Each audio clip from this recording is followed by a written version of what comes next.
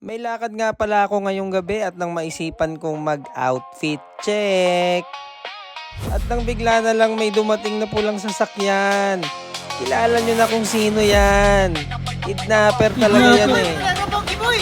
Uy! Takinan, dyan Ano? sila Hail Mary boy! Jika? Tara! Tara! Putang ina! Game! Oh, ayaw pa ako papasukin. Game! Tang ina. At dito nga, bago muna kami pumunta dun sa event sa Roppongi, pumunta muna kami dito sa Shibuya at nag-photoshoot. Ito, pinotoshoot ko si Kidnapper dyan sa crossing sa malapit. May nakita pa ng tropa. At ayan na nga, pinophotoshoot ko na siya dyan. Napakaangas talaga. Baka Kidnapper yan.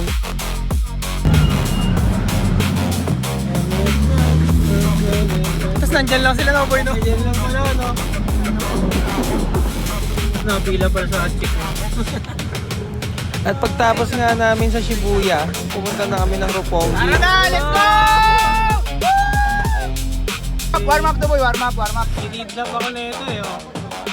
Yun oh.